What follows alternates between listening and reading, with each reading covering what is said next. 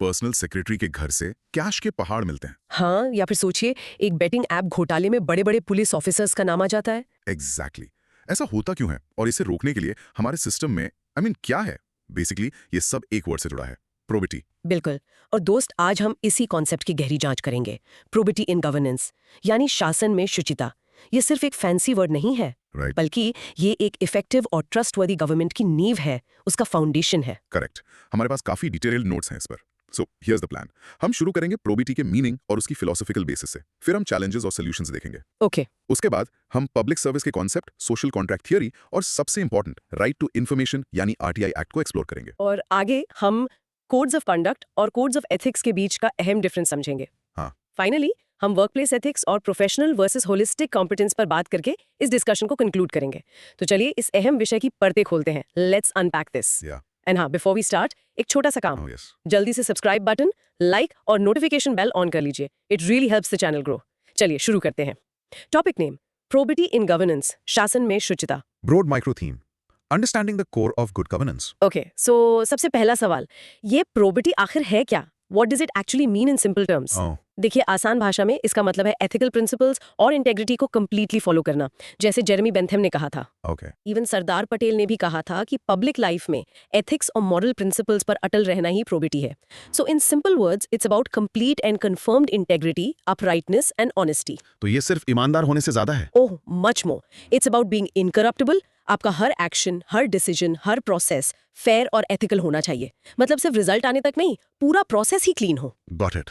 So a real life example of its failure would be वो झारखंड वाला case, जहां एक मिनिस्टर के पीएस के घर से ईडी ने इतना सारा कैश जब्त किया। That is a direct assault on the idea of probity. Right. Now let's discuss its core logic. इसके मेन एलिमेंट्स क्या हैं? What does it look like in practice? Right, so इसके 5 मुख्य एलिमेंट्स हैं। पहला है ट्रांसपेरेंसी एंड ओपननेस। Transparency मतलब पारदर्शिता। हाँ, डिसीजन मेकिंग प्रोसेस ओपन हो, जैसे पब्लिक कंसल्टेशंस करना या मीटिंग मिनट्स को पब्लिक करना। सबको पता होना चाहिए कि क्या फैसला लिया गया और क्यों लिया गया। लेकिन क्या हर चीज ट्रांसपेरेंट हो सकती है? What about national security decisions? That's a valid point, और वहां पे एक्सेप्शंस होते हैं जिनकी बात हम आगे आरटीआई में करेंगे, but the default principle should be openness. Okay. Element number 2. दूसरा है नो कॉन्फ्लिक्ट ऑफ इंटरेस्ट, यानी अपनी पोजीशन का पर्सनल फायदे के लिए इस्तेमाल ना करना। प्रिसाइसली।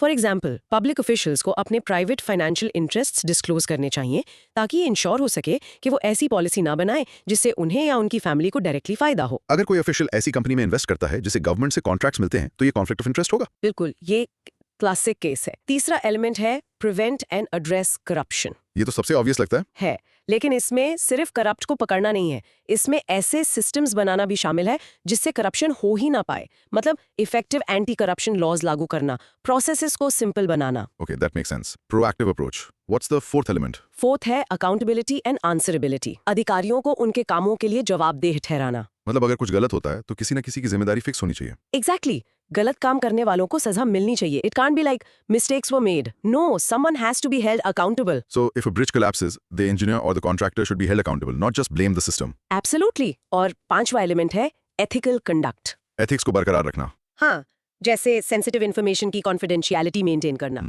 या फिर पावर का मिसयूज ना करना। ये डेली बिहेवियर से रिफ्लेक्ट होता है। So these 5 elements together create an environment of probity. Transparency, no conflict of interest, anti-corruption, accountability और ethical conduct. इसका रियल वर्ल्ड इम्पैक्ट क्या है? इसका सबसे बड़ा इम्पैक्ट है पब्लिक ट्रस्ट। जब महादेव बेटिंग ऐप केस में पुलिस ऑफिसर्स का नाम आता है, तो इन 5 एलिमेंट्स का उल्लंघन होता है और इससे सिस्टम पर ट्रस्ट कंप्लीटली इरोड हो जाता है। सही बात है, लोगों को लगता है कि सिस्टम ही खराब है। एग्जैक्टली। कंक्लूजन ये है कि प्रोबिटी एक एक्टिव प्रोसेस है, पैसिव स्टेट नहीं।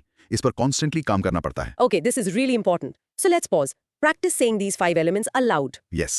Transparency, no conflict of interest, preventing corruption, accountability, and ethical conduct. Great. So, for a mini recap, in short, probity isn't just honesty, it's a system of 5 pillars that ensures a government is trustworthy and ethical. Perfect. ठीक है, अब इसके background पर आते हैं। ये सारे ideas, transparency, duty, ethics, ये आए कहाँ से? What's the philosophical basis? इसकी जड़ें काफी गहरी हैं। हमारे अपने एपिक्स जैसे रामायणा और महाभारता राजधर्म की बात करते हैं, which is essentially probity. और कौटिल्य के अर्थशास्त्र में भी इसका जिक्र है। बिल्कुल, but apart from that Chinese thinkers जैसे कन्फ्यूशियस और वेस्टर्न थ्योरीज का भी काफी प्रभाव है। Let's break those down. Kant का क्या व्यू था? ओके, सो इमैनुअल कांट कहते हैं कि ड्यूटी सबसे ऊपर है। उनके लिए एक पब्लिक ऑफिशियल की मॉरल ड्यूटी है कि वो पब्लिक इंटरेस्ट में काम करे, चाहे पर्सनल कॉन्सिक्वेंसेस कुछ भी हो। The act itself matters, not the outcome. So duty for duty sake. Exactly. फिर आता है यूटिलिटेरियनिज्म, बेंथम और मिल का आइडिया। इसका कोर लॉजिक है the greatest good for the greatest number. हाँ, यूटिलिटेरियनिज्म कहता है कि वो डिसीजन लो जिससे सबसे ज्यादा लोगों का भला हो। एक पॉलिसी तभी अच्छी है जब वो सोसाइटी की ओवरऑल हैप्पीनेस को मैक्सिमाइज करें। लेकिन इसमें एक प्रॉब्लम नहीं है, ग्रेटेस्ट गुड के चक्कर में माइनॉरिटी राइट्स निगलेक्ट हो सकते हैं। एब्सोल्युटली, ये इसका सबसे बड़ा क्रिटिसिज्म है। इसीलिए सिर्फ एक फिलॉसफी पर डिपेंड नहीं कर सकते। Right, what's next? अगला है सोशल कॉन्ट्रैक्ट थियरी। इस पर हम आगे डिटेल में बात करेंगे, बट ब्रीफली ये कहता है कि गवर्नमेंट सिटीजन्स के कंसेंट से बनती है और उसका काम है सिटीजन्स के राइट्स को प्रोटेक्ट करना। अगर वो फेल होती है तो citizens have the right to change it. So government की पावर एब्सोल्यूट नहीं है। Not at all, it's conditional. और आखिर में आती है वर्च्यू एथिक्स, जो एरिस्टोटल से जुड़ी है। इसका फोकस कैरेक्टर पर होता है, राइट? करेक्ट। वर्च्यू एथिक्स कहती है कि रूल्स फॉलो करना काफी नहीं है। ऑफिशियल्स को अपने कैरेक्टर में वर्च्यूज जैसे ऑनेस्टी, करेज, कंपैशन, इन सबको शामिल करना चाहिए। एक अच्छा इंसान ही एक अच्छा ऑफिसर बन सकता है। So the impact is that these different philosophies give us a rich framework to understand why probity is important. It's not just a rule, it's a moral and philosophical imperative. बिल्कुल। Conclusion ये है कि probity की नींव ancient wisdom और modern philosophy दोनों पर टिकी हुई है। Interesting. Okay, let's pause and practice saying these four philosophical bases. Kant's duty-based ethics, utilitarianism, social contract theory, and virtue ethics. Great. Mini recap. In short, the idea of probity is supported by diverse philosophies emphasizing duty, overall happiness, citizen rights, and personal character. ठीक है. It all sounds great in theory, but इसको लागू करना, that's the real test. What are the main challenges to ensuring probity in governance? देखें, challenges काफी हैं। सबसे बड़ा चैलेंज तो है करप्शन। Of course. हमने झारखंड वाले केस की बात की। जब सिस्टम के अंदर ही लोग इतने बड़े स्केल पर करप्शन कर रहे हैं तो प्रॉपर्टी मेंटेन करना, it's next to impossible. Is it just about greed या सिस्टम में ही फ्लॉज हैं? दोनों हैं। ग्रीड एक फैक्टर है, but complex procedures, lack of transparency और स्लो जुडिशियल प्रोसेस, ये सब करप्शन को बढ़ावा देते हैं। Okay. Second challenge. Political interference, bureaucracy के काम में नेताओं की दखलंदाजी। जैसे ट्रांसफर्स और पोस्टिंग्स में? हाँ, जब एक ऑफिसर को पता हो कि वो politician can get them transferred for doing the right thing, तो वो रिस्क क्यों लेगा? वेस्ट बंगाल का केस इसका एक एग्जाम्पल है, जहां ब्यूरोक्रेसी और रूलिंग पार्टी के बीच टेंशंस अक्सर खबरों में रहती है। So it kills honest initiative. It does. तीसरा चैलेंज है वीक इंस्टीट्यूशंस। ED और CBI जैसी संस्थाओं पर अक्सर आरोप लगते हैं कि वो पॉलिटिकली मोटिवेटेड हैं। बिल्कुल। जब इन्वेस्टिगेशन एजेंसीज की क्रेडिबिलिटी पर ही सवाल उठने लगे तो लोगों का इन पर विश्वास कम हो जाता है, उनकी इफेक्टिवनेस पर असर पड़ता है और अकाउंटेबिलिटी का प्रोसेस कमजोर होता है। But don't they do good work too? I mean, they are the ones uncovering these scams. They absolutely do, but the perception of bias is a major challenge for the institution's own probity. उन्हें सिर्फ काम नहीं करना, ये भी दिखाना है कि वो impartial हैं। Got it. और आखिरी चैलेंज? Poor citizen engagement, जब लोग ही हिस्सा नहीं लेते तो अकाउंटेबिलिटी लाना मुश्किल होता है। जैसे इलेक्शंस में लो वोटर टर्नआउट? हाँ, कुछ स्टेट्स में लो वोटर टर्नआउट इसकी एक चिंता है। अगर लोग वोट देने या अपने राइट्स के लिए आवाज उठाने में इंटरेस्टेड ही नहीं है तो सिस्टम को आसान हो जाता है अनअकाउंटेबल होना। So the conclusion here is that the challenges are systemic. Corruption, political pressure, weak institutions, and public apathy. Correct, ये सब एक दूसरे से जुड़े हुए हैं। Okay, now let's practice saying these challenges aloud. Corruption, political interference, weak institutions and poor citizen engagement. Perfect. Mini recap. In short, ensuring probity is a constant battle against deep-rooted issues within the political, administrative, and social systems. तो इन challenges से निपटने के solutions क्या हैं? How can we ensure probity? Solutions challenges से ही जुड़े हैं। पहला, स्ट्रेंथनिंग ट्रांसपेरेंसी। RTI Act इसका सबसे बड़ा टूल है। बिल्कुल, और ई गवर्नेंस इनिशिएटिव्स जैसे गवर्नमेंट कॉन्ट्रैक्ट्स को ऑनलाइन पब्लिश करना। जितना ज्यादा पब्लिक स्क्रूटनी होगी उतना ही करप्शन मुश्किल होगा। So sunlight is the best disinfectant. Absolutely. दूसरा है इंश्योरिंग अकाउंटेबिलिटी। इसके लिए विसल ब्लोअर प्रोटेक्शन एक्ट जैसे कानून को और स्ट्रॉन्ग करना जरूरी है। But whistleblowers are often targeted, aren't they? They are. इसीलिए कानून को सिर्फ पेपर पर नहीं बल्कि स्पिरिट में लागू करना जरूरी है। उन्हें रियल प्रोटेक्शन मिलनी चाहिए। Okay, what else? तीसरा और सबसे important, upholding the rule of law. कानून सबके लिए बराबर हो, चाहे वो आम आदमी हो या पावरफुल मिनिस्टर। इसका कोई recent example? The NewsClick founders bail. Supreme court ने साफ कहा कि अरेस्ट के ग्राउंड्स न बताना उनके फंडामेंटल राइट्स का वायोलेशन है। ये एक पावरफुल मैसेज देता है कि प्रोसेस और लॉ सबसे ऊपर है। That's a great example.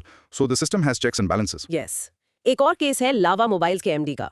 उन्होंने फ्रॉड करने की कोशिश की, सिस्टम ने उन्हें पकड़ा और जेल भेजा। ये अकाउंटेबिलिटी और रूल ऑफ लॉ को एक्शन में दिखाता है। और चौथा solution? Promoting participatory governance. Citizen feedback और पब्लिक कंसल्टेशंस को बढ़ावा देना। जब लोग डिसीजन मेकिंग का हिस्सा बनते हैं तो पॉलिसीज बेहतर बनती हैं और गवर्नमेंट ज्यादा अकाउंटेबल होती है। And finally, continuous improvement. Policies और प्रोसीजर्स को रेगुलर रिव्यू करना, ट्रेनिंग देना और एथिक्स को पब्लिक सर्विस का core part banana. It's a continuous process of reform. So the real-world impact is that these solutions, when implemented together, can create a virtuous cycle of trust and good governance. Yes, exactly. Conclusion ये है कि solutions isolated नहीं है. They need a holistic, multi-pronged approach. Okay, let's practice. Say the solutions aloud. Strengthening transparency, ensuring accountability, upholding the rule of law, participatory governance, and continuous improvement. Fantastic. Mini recap.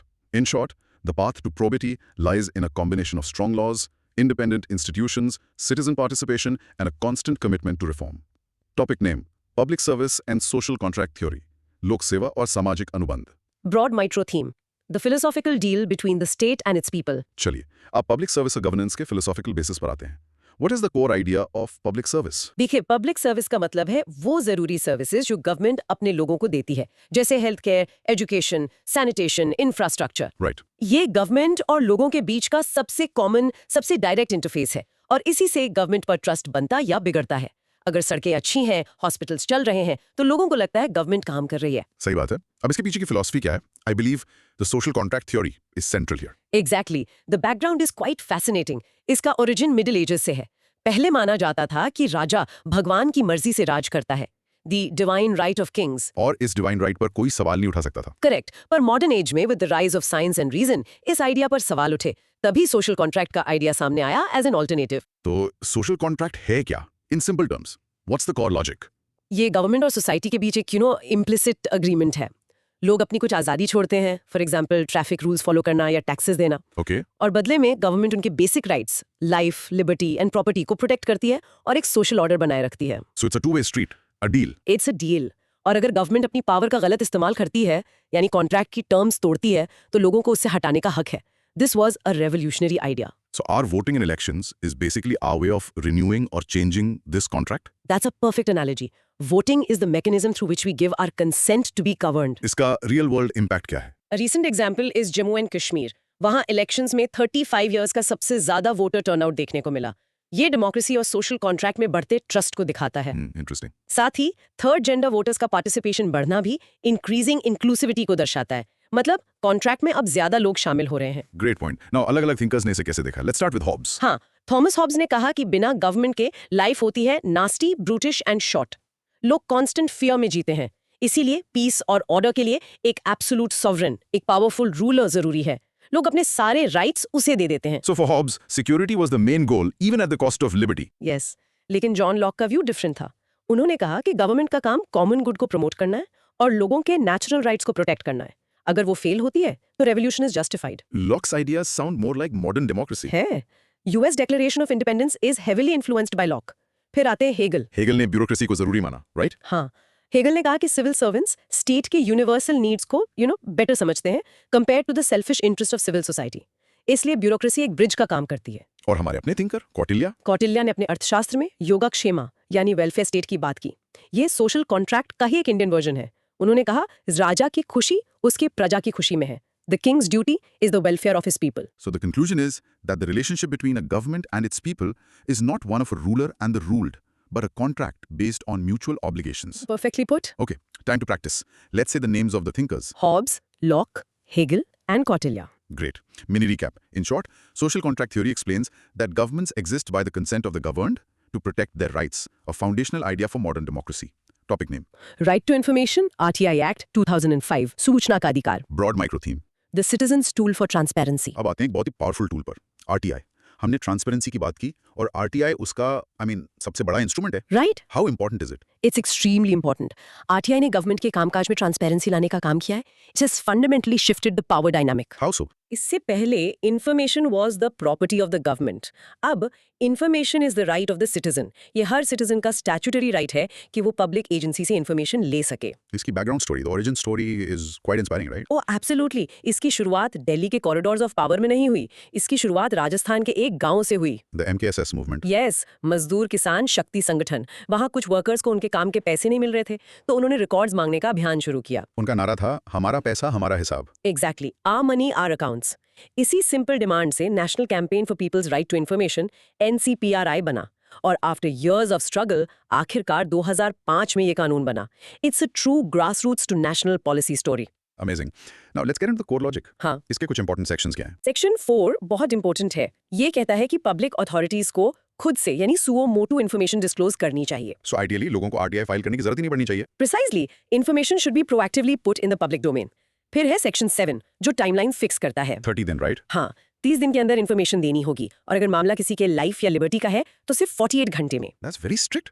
लेकिन information reject भी तो की जाती है, इसके क्या कारण है? हाँ, सेक्शन 8 में एग्जेम्पशंस हैं, जैसे देश की सॉवरेनिटी, सिक्योरिटी, स्ट्रेटेजिक इंटरेस्ट या ट्रेड सीक्रेट्स या फिर पर्सनल इन्फॉर्मेशन अगर उसका पब्लिक इंटरेस्ट से कोई रिलेशन ना हो। तो इसका मतलब गवर्नमेंट कुछ भी इन्फॉर्मेशन डिनाई कर सकती है इन ग्राउंड्स पर? नहीं, यहाँ पर एक बहुत पावरफुल प्रोविजन है। But first let's talk about the conflict. RTI और ऑफिशियल सीक्रेट्स एक्ट 1923 के बीच एक डायरेक्ट कॉन्फ्लिक्ट है। राइट, ओएसए एक कॉलोनियल एरा कानून है जिसे अक्सर इन्फॉर्मेशन छुपाने के लिए यूज किया जाता है। बिल्कुल। लेकिन आरटीआई एक्ट का सेक्शन 22 कहता है कि RTI act will override any other law that is inconsistent with it. Wow, so RTI has an overriding effect. Yes, और इससे भी ज्यादा पावरफुल है सेक्शन 82। वो कहता है कि अगर public interest in revealing the information outweighs the harm from disclosure तो ओएसए या सेक्शन 81 के एग्जेम्पशंस को ओवरराइड किया जा सकता है। Public interest is supreme. That is a game changer. इसका रियल वर्ल्ड इंपैक्ट क्या है? इंप्लीमेंटेशन में क्या इश्यूज आ रहे हैं? इम्प्लीमेंटेशन में चैलेंजेस हैं।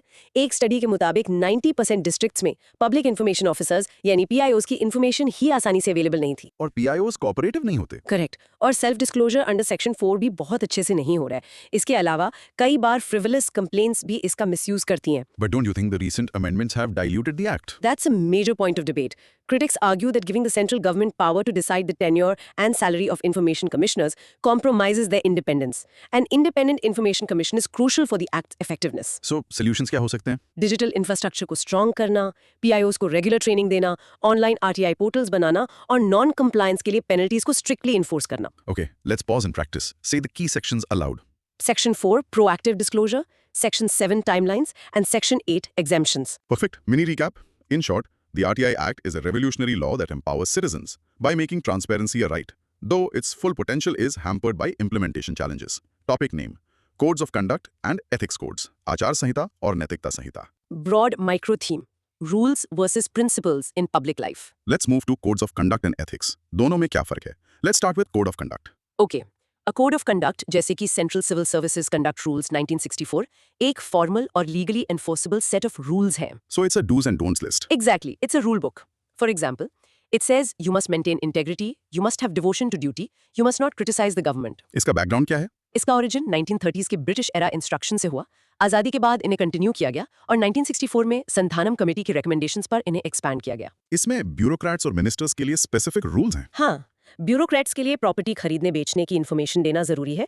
मिनिस्टर्स के लिए एक अलग कोड ऑफ कंडक्ट है जिसमें उन्हें अपने एसेट्स और बिजनेस इंटरेस्ट डिस्क्लोज करने होते हैं। जैसे? उन्हें गवर्नमेंट से बिजनेस नहीं करना, अपनी ऑफिशियल पोजीशन का यूज फैमिली बिजनेस को बेनिफिट देने के लिए नहीं करना और महंगे गिफ्ट्स न लेना शामिल है। इन रूल्स के साथ क्या issues? I mean, they seem fine. Core logic अच्छा है, पर इशू ये है कि ये रूल्स बहुत पुराने और आउटडेटेड हैं। फॉर एग्जाम्पल, एक रूल कहता है कि 20,000 रुपए से ज्यादा की मूवेबल प्रॉपर्टी की जानकारी देनी होगी। 20,000? आज तो एक डिसेंट फोन इससे महंगा आता है. प्रिसाइसली, ये रूल्स प्रैक्टिकल नहीं लगते और इन्हें अर्जेंटली अपडेट करने की जरूरत है। They don't reflect today's economic reality. Okay, तो फिर कोड ऑफ एथिक्स की जरूरत क्यों है? How is it different? ये बहुत इंपॉर्टेंट पॉइंट है। A code of conduct actions पर फोकस करता है जबकि कोड ऑफ एथिक्स वैल्यूज और प्रिंसिपल्स पर फोकस करता है। Can you give an example? जरूर। कोड ऑफ कंडक्ट कहता है do not accept a bribe. Code of ethics explain करेगा क्यों ब्राइब नहीं लेनी चाहिए, इंटेग्रिटी का क्या मतलब है और आपको उन सिचुएशंस में गाइड करेगा जहां कोई क्लियर रूल नहीं है। So conduct is what and ethics is why. Perfectly said. Conduct बताता है क्या नहीं करना है, एथिक्स बताता है क्यों नहीं करना है और सही रास्ता क्या है। It's about your inner moral compass. इसके प्रिंसिपल्स क्या हैं? इसके लिए यूके की नोलन कमेटी ने 7 प्रिंसिपल्स दिए थे जो ग्लोबली एक्सेप्टेड हैं। Selflessness, integrity, objectivity, accountability, openness, honesty and leadership. Can you give a real life example of a personal code of ethics? न करने की सलाह दी थी। ये किसी रूल बुक में नहीं लिखा था। It was his personal code of ethics. और उन्होंने इसे हमेशा फॉलो किया despite huge offers. Yes, that's ethics in action. It's a value you live by. But wait, why doesn't India have a formal code of ethics for its civil servants yet? The main reason is the debate of universalism versus cultural relativism. कुछ लोग कहते हैं कि ethics universal है, fair और honest का मतलब हर जगह सेम है। और दूसरे कहते हैं कि cultural context matters? Yes, वो कहते हैं कि इंडिया में फॉर एग्जाम्पल फैमिली को हेल्प करना एक वर्च्यू माना जाता है, लेकिन पब्लिक सर्विस में ये नेपोटिज्म बन जाता है। सो एक स्टैंडर्ड कोड बनाना जो सब कल्चर्स पर फिट हो बहुत मुश्किल है। This is a complex problem. So, the conclusion is that we need both A modern code of conduct for clear violations and a guiding code of ethics for moral dilemmas. Exactly. They are complementary, not contradictory. Okay, let's practice this. Differentiate between the two in one line. Code of conduct is about following rules. Code of ethics is about upholding values. Perfect. Mini recap. In short, while conduct provides a rulebook of actions, ethics provides a moral compass of principles, and both are essential for good governance. Topic name: Workplace ethics. कार्यस्थल नैतिकता. Broad micro theme. Creating a positive and productive work environment. Let's talk about the work environment. Workplace ethics क्या है? ये वो moral principles हैं जो workplace में behaviour को गाइड करते हैं.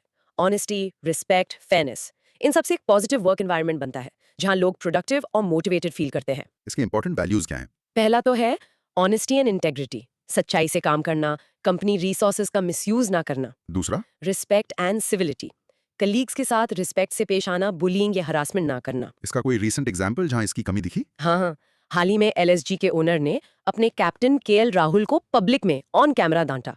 ये एक बहुत ही खराब वर्क कल्चर को दिखाता है. It's humiliating and disrespectful. True. What's the third value? Fairness. Decision making में इम्पार्शियलिटी. प्रमोशंस, असाइनमेंट्स, ये सब मेरिट पर होने चाहिए, फेवरेटिज्म पर नहीं. IT सेक्टर में Zoom कॉल्स पर मास लेऑफ्स करना? Is that fair? That's a huge ethical debate. The act of laying off might be a business necessity, but the way it's done impersonally, without compassion, is often seen as an example of an unfair and poor work culture. And the last one? Social responsibility. इसका मतलब है कि employees आपस में एक दूसरे को support करें. अभी कुछ वीडियोस वायरल हुए थे कैनरा बैंक और बंधन बैंक के, जहां सीनियर ऑफिसर्स अपने जूनियर्स पर प्रेशर डाल रहे थे, Oh, हाँ. चिल्ला रहे थे. Yes. Yes, that goes completely against social responsibility and respect within the workplace. It creates a toxic environment. यहाँ प्रोफेशनल कॉम्पिटेंस और होलिस्टिक कॉम्पिटेंस का एक कॉन्सेप्ट है. Please explain that. ये बहुत इंटरेस्टिंग है. एक व्यक्ति की इफेक्टिवनेस यानी उसकी प्रभावशीलता दो चीजों पर डिपेंड करती है. स्किल्स, जिसे हम प्रोफेशनल कॉम्पिटेंस कहते हैं, यानी उसकी टेक्निकल नॉलेज, उसकी डिग्री, उसका एक्सपीरियंस. करेक्ट. और दूसरी चीज है वैल्यूज, यानी उसके संस्कार, उसकी नियत, उसकी integrity. So high skills are not enough? Not at all. Imagine a matrix. अगर स्किल्स लो हैं और वैल्यूज भी लो हैं तो अ पर्सन इज यूजलेस. अगर स्किल्स लो है बट वैल्यूज हाई हैं तो वो सीख सकता है. He is harmless and can be trained. Okay. अगर स्किल्स हाई हैं और वैल्यूज भी हाई हैं, जैसे डॉक्टर APJ अब्दुल कलाम, तो वो सोसाइटी के लिए एक एसेट है. This is holistic competence. So the worst combination is high skills but low values. Exactly. ऐसे लोग सबसे ज्यादा नुकसान करते हैं. उनके पास नुकसान पहुंचाने की काबिलियत होती है. Osama bin Laden is an extreme example. High skill in engineering and logistics but negative values. The result was destruction. That's a powerful and scary thought. It is. इसीलिए कंपनीज और गवर्नमेंट्स को सिर्फ स्किल्स पर नहीं, holistic competence पर focus करना चाहिए. Skills और वैल्यूज दोनों को मिलाकर बनती हैं. हमें चूज करना होता है short term gain and long term pain, या short term pain and long term gain. और holistic competence long term gain पे फोकस करती है. बिल्कुल. Let's pause and practice. What is holistic competence? It is the combination of high professional skills and strong positive values. Great. Mini recap. In short, true effectiveness in the workplace comes not just from what you can do, skills, but from who you are, values. And the ideal is holistic competence. Topic name: Applied Ethics, व्यावहारिक नैतिकता. Broad micro theme, ethical dilemmas in the real world. आखिर में कुछ specific ethical issues पर बात करते हैं. Let's start with a big one: wars. Wars में आती है just war theory. ये थ्योरी दो क्वेश्चंस पूछती है.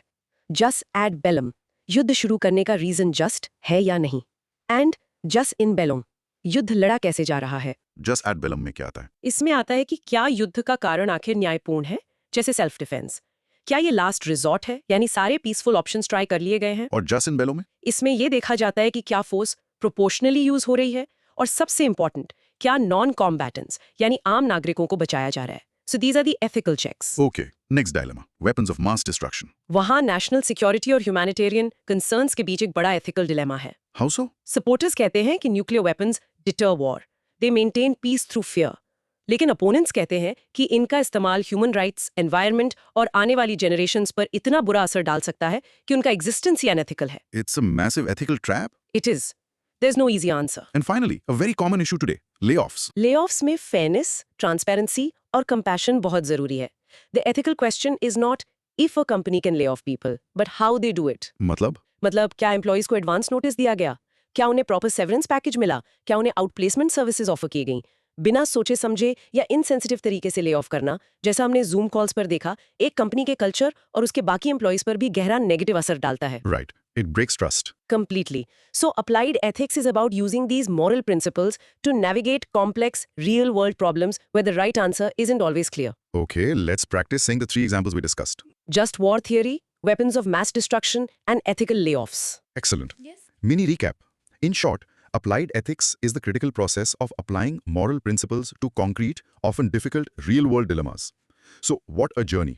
हमने शुरू किया प्रोबिटी के कॉन्सेप्ट से, उसके फिलोसॉफिकल रूट्स को समझा, फिर आरटीआई जैसे practical tools, code of conduct और एथिक्स के नियम देखे। और आखिर में वर्कप्लेस एथिक्स और होलिस्टिक कॉम्पिटेंस तक पहुंचे। कंक्लूजन ये है कि हर लेवल पर इंटेग्रिटी और एथिकल कंडक्ट जरूरी है, चाहे वो गवर्नमेंट हो, एक कंपनी हो या एक इंडिविजुअल। ओके, तो अब एक final enthusiastic recap. Yes, the broad micro theme for our entire discussion was the architecture of trust in governance and work. Nice. Let's summarize. Point 1. Probity is the bedrock. It's not just honesty, but a system of transparency, accountability, and ethical conduct. Point 2. This idea is built on a social contract, where government's power comes from the people for the people. Thinkers from Kautilya to Locke agree on this. Point 3. Tools like the RTI Act are crucial to enforce this contract by empowering citizens to demand transparency. Point 4. Inside the system, we need both a code of conduct, the rules, and a code of ethics, the moral compass. And point 5. Ultimately, it comes down to holistic competence, combining skills with strong values to create a positive impact in the workplace and society. Brilliant. Now, for everyone listening, here are 6 short content probes to help you present this yourself. 1. Explain probity using the 5-pillar model. 2. Compare and contrast Hobbes and Locke's views on the social contract. 3. Describe the grassroots origin of the RTI Act. 4. Use an analogy to explain the difference between a code of conduct and a code of ethics. 5. Explain the matrix of professional versus holistic competence with examples. And 6. Discuss the ethical principles of jus in bello in the just war theory. And finally, a challenge for you. हमने देखा कि कितने सारे कानून और systems हैं, RTI, anti corruption laws, conduct rules, पर क्या सिर्फ कानून बना देने से प्रोबिटी आ सकती है? या फिर जैसा संथनम कमिटी ने कहा था, इन वैल्यूज को पीढ़ी दर पीढ़ी नर्चर करना पड़ता है। Your challenge is this. Think of one small, practical action an individual citizen can take to promote probity in their own community. That's a great thought to end on. Thank you so much for this incredible discussion. Thank you.